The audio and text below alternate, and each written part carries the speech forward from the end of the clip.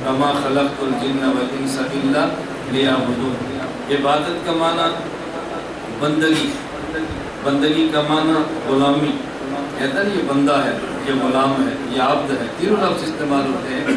تو اللہ رب العزت نے ہمیں غلامی کے لیے پیدا کیا ہے، بندگی کے لیے پیدا کیا ہے۔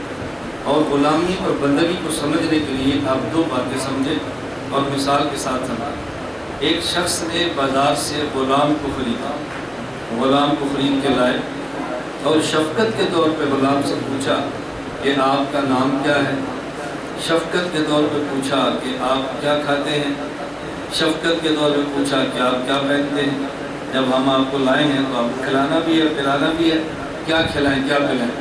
تو غلام نے جواب دیا آقا ہم غلام ہیں، غلام کا نام نہیں ہوتا، غلام کا وہی نام ہوتا ہے جو مالک رکھے، اس لیے ہمارا کوئی نام نہیں ہے، جو نام رکھے گا وہی ہمارا نام ہوگا۔ پہلے کسی اور کے غلام تھے تو انہوں نے نام دیا، اب آپ کے غلام ہیں تو جو نام آپ کو پسند ہو ہمارا نام رکھ دے وہی نام ہوگا۔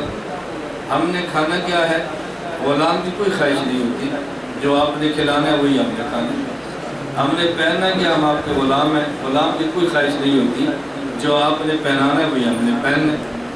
وہ سمجھا تھا میں غلام ہوں، ہم نہیں سمجھے کہ ہم غلام ہیں، ہم نہیں سمجھے کہ ہم غلام ہیں۔ تو غلامی کا مزاج کیا ہے، نام وہ جو آپ رکھے، کھانا وہ جو آپ کھلائیں، اور لباس وہ جو آپ پہنائیں۔ اگر ہم غلام ہیں تو پھر ہمارا مزاج ہونا چاہیے ہمارا نام وہ ہے جو اللہ کریم رکھے، ہمارا لباس وہ ہے جو اللہ چاہے، اور ہماری خوراک وہ ہے جو اللہ چاہے۔ مسئلہ یہ حل ہو جاتا ہے، اپنی پسند بندے کی ختم ہو جاتی ہے۔ یہ پسند تب تک رہتی ہے جب تک بندے کا ذہن یہ نہیں بنتا کہ میں غلام ہوں۔ دوسری بات سمجھے، وہ بھی پہلے مثال سن لیں۔ ایک شخص نے غلام خریدا، غلام کو لائے اور غلام ان کی خدمت کرتا رہا۔ اب عذر شفقت ایک دن ان کا جی چاہا کہ آج میں غلام کو پھل کاٹ کے خود کھلاؤں، تو انہوں نے بازار سے ککڑی لی، ککڑی تر یہ جو کھیرے کی طرح ہوتی ہے، کھیرے کی بہن سمجھیں، یہ کھیرے کی بہن، یہ کھیرا وہ نہیں جسے آپ کھیر کہتے ہیں، آپ کو کھیر دودھ کو کہتے ہیں نا، یہ کھیرا جو پھل ہے اس کی جو بہن ہے ککڑی، وہ خرید کے لایا اور انہوں نے غلام کو کھلائے۔ ایک اس کی کاش کاٹی جسے آپ پاڑی کہتے ہیں، کاش کاٹی، روٹی وہ کھا گیا، دوسری کاٹی وہ کھا گیا، تیسری کاٹی وہ کھا گیا، اور مزے لے لے کے غلام کھاتا رہا، مزے لے لے کے کھا گیا۔ اب جو مالک تھے انہوں نے ایک کاش کو کھاٹا اور کہا میں بھی کھا لوں۔ جب کھایا تو کڑوی، اور بڑا تعجب ہوا کہ یہ سارا کڑوی کاشیں یہ کھاتا جا رہا ہے، یہ ساری ککڑی اس نے ختم کر دی، اور ایک بار بھی اس نے ناک نہیں چڑھایا، ایک بار بھی سی نہیں کیا، اور کہا نہیں کہ یہ کڑوی ہے۔ تو انہوں نے تعجب سے غلام سے پوچھا اتنی کڑوی ککڑی تو کھا گیا اور بتایا بھی نہیں کہ کڑوی ہے۔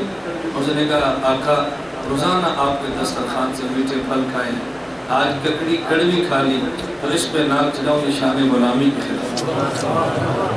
بس ہم یہ ذہن بنا لیں، اللہ کی قسم کہ دنیا میں مشکلات آئیں گی کہ نہیں محسوس نہیں ہوگی۔ اللہ نے ہمیشہ صحت دی ہے، اگر 2 دن کے لیے بیماری دے دے تو کیا ہے؟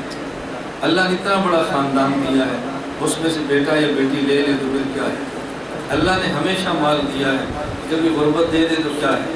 اللہ نے ہمیشہ سہولتیں دی ہیں، دین کی خاطر 2 دن میں قید آ جائے تو کیا ہے؟